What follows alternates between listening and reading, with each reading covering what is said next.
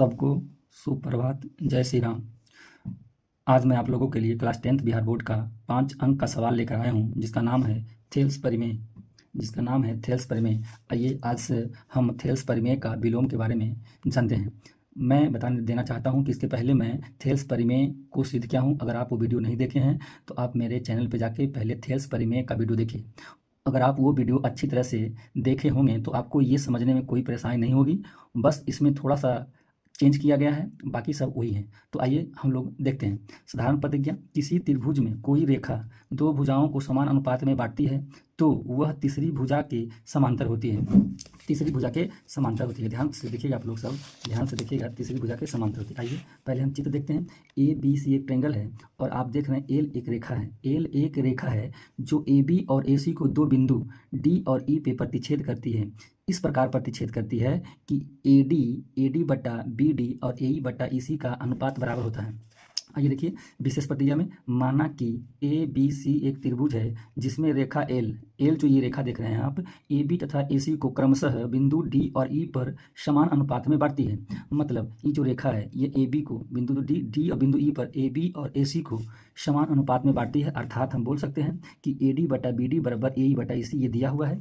तो आपको साबित क्या करना है? आपको साबित करना है कि डी ई समांतर बीसी होगा। क्या साबित करना है? डी ई समांतर बीसी होगा। आइए हम इसको साबित करते हैं। देखिएगा, इसके लिए हमने रचना किया है।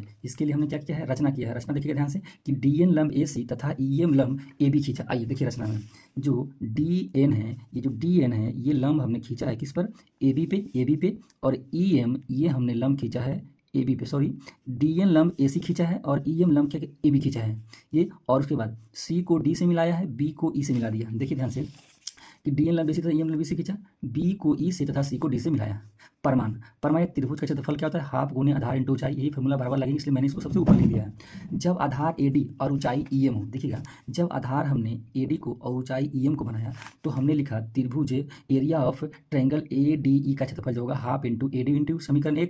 अब आइए दूसरा ट्रायंगल उठाते हैं, ट्रायंगल बी डी ई। तो ट्रायंगल बी डी में चलेंगे तो इसका यह लिखेंगे area of triangle B D half into B D into M, समीकरण 2। समीकरण 1 को हम समीकरण 2 से भाग करेंगे तो देखिए यहाँ से area of triangle A D बटा area of triangle B D और half into A D into B C बटा half into B D into, तो ई एम से ई एम और हाफ से हाफ कट जाएगा। तो यहाँ बचा area of triangle A D E बटा area of triangle B D बराबर ए डी बटा बी डी। समीकरण 3 ले लिया इसको, समीकरण 3। आइए पुनः आधार। अब क्या किया हमने कि आधार हमने बनाया। देखिए ध्यान से, आधार हमने ए ई को बनाया, देखिए ध्यान से ए ई को आधार बनाया और डी एन को हमने ऊंचाई लिया। तो त्रिभुज ए डी ई का एरिया लिखेंगे। क्या लिखेंगे? तो देखिएगा जब आधार ए ई और ऊंचाई डी एन हो तब area of triangle A D जो होगा half into A into D N होगा, समीकरण 4। अब आइए एक और ट्रायंगल पकड़ते हैं, सी डी ई ट्रायंगल में अगर देखें हम तो सी डी ई ट्रायंगल का जो एरिया हो जाएगा हाफ इंटू देखिएगा ध्यान से, ट्रायंगल सी डी ई का area half into A C into D, समीकरण 5। तो उसी प्रकार से हम समीकरण 4 को समीकरण से भाग करेंगे तो area of triangle A D बटा area of triangle C D बराबर half into A into D N बटा half into A C into D N. तो डी एन से डी एन कट जाएंगे और हाफ से हाफ कट जाएंगे। आइए देखिए, तो area of triangle A D E जो बचा बटा area of triangle C D का हो जाएगा बराबर ए ई बटा ई सी, समीकरण 6 बोल दिया। क्या बोल दिया इसको हमने? समीकरण 6 बोल दिया। अब ध्यान सुनिएगा, समीकरण 6 बोल दिया। अब आइए हमने देखे हैं कि दिया है, देखिएगा ध्यान से। उसके बाद दिया है, क्या लिखेंगे? दिया है, क्या दिया है? कि दिया है। आइए देख लीजिए कि दिया है, यहाँ दिया हुआ था ना, देखिएगा दिया है ए डी बटा बी डी बराबर ए ई बटा ई सी।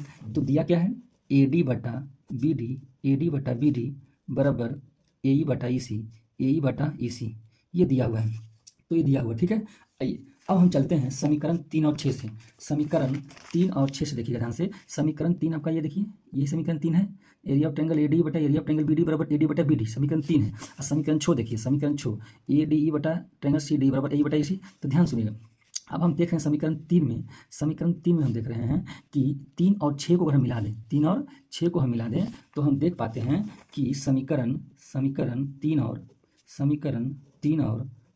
समीकरण 6 से, समीकरण 3 और समीकरण 6 से, तो समीकरण 3 और 6 से क्या होगा? देखिएगा ध्यान से, समीकरण 3 और 6 से देखते हैं कि ए डी बटा बी डी बराबर ए ई बटा ई सी दिया हुआ है। तो हम कह सकते हैं कि जब ए डी बटा बी डी और ए ई बटा ई सी अगर बराबर है दोनों आर एच एस में, तो एल एच एस भी बराबर हो जाएगा। मतलब ये वाला और ये वाला, ये दोनों क्या हो जाएंगे? बराबर हो जाएंगे। मतलब देखिएगा area of triangle area of triangle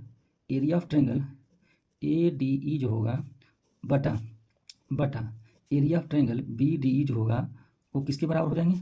वो हो जाएंगे area of triangle A D E बटा area of triangle C D E के बराबर हो जाएगा। चलिए, तो area of triangle A D cut गया यहाँ से, ध्यान सुनिएगा, कट गया। जब कट गया तो यहाँ क्या बचा? एक बटा area of triangle B D बराबर एक बटा area of triangle C D E बचा। इतनी बचा, ठीक है। आइए अगला स्टेप देखेंगे, इतनी बचा। अब अगला स्टेप क्या होगा दोस्तों, देखिएगा। तो यहाँ से आ गया area of triangle B D जो होगा वो बराबर हो जाएगा किसके? तो एरिया ऑफ ट्रायंगल ये एक नहीं होगा, सॉरी, सिर्फ हो जाएगा area of triangle C D E, बस होगा सिर्फ, यहाँ बटा नहीं होगा, area of triangle C D E के बराबर हो जाएगा। आइए, ये दोनों त्रिभुज, ध्यान से देखिएगा, ये दोनों त्रिभुज जो है, ये दोनों त्रिभुज कौन कौन दोस्तों? एक आप देखिएगा ट्रायंगल बी डी ई, और एक देखिए आप ट्रायंगल सी डी ई। दोनों ट्रायंगल का आधार ही है, डी ई आधार है। कौन कौन? ट्रायंगल बी डी ई और सी डी, दोनों का आधार यही है। तो एक ही आधार पर दोनों ट्रायंगल बना हुआ है। तो ये दोनों ट्रायंगल, ये दोनों त्रिभुज, ये दोनों त्रिभुज एक आधार डी पर, किस पर बच्चों? डी पर स्थित है, एक आधार डी पर स्थित है। और हम जानते हैं कि एक आधार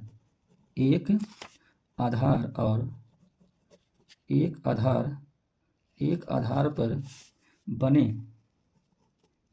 दो त्रिभुज का क्षेत्रफल बराबर हो, दो त्रिभुज का क्षेत्रफल बराबर हो तो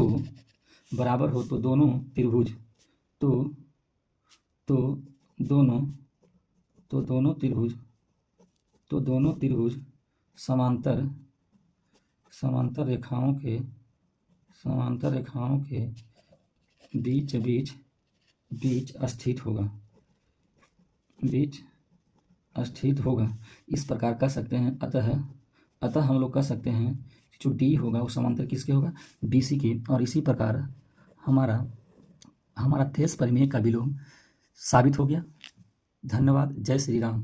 फिर मिलते हैं अगले नेक्स्ट वीडियो में।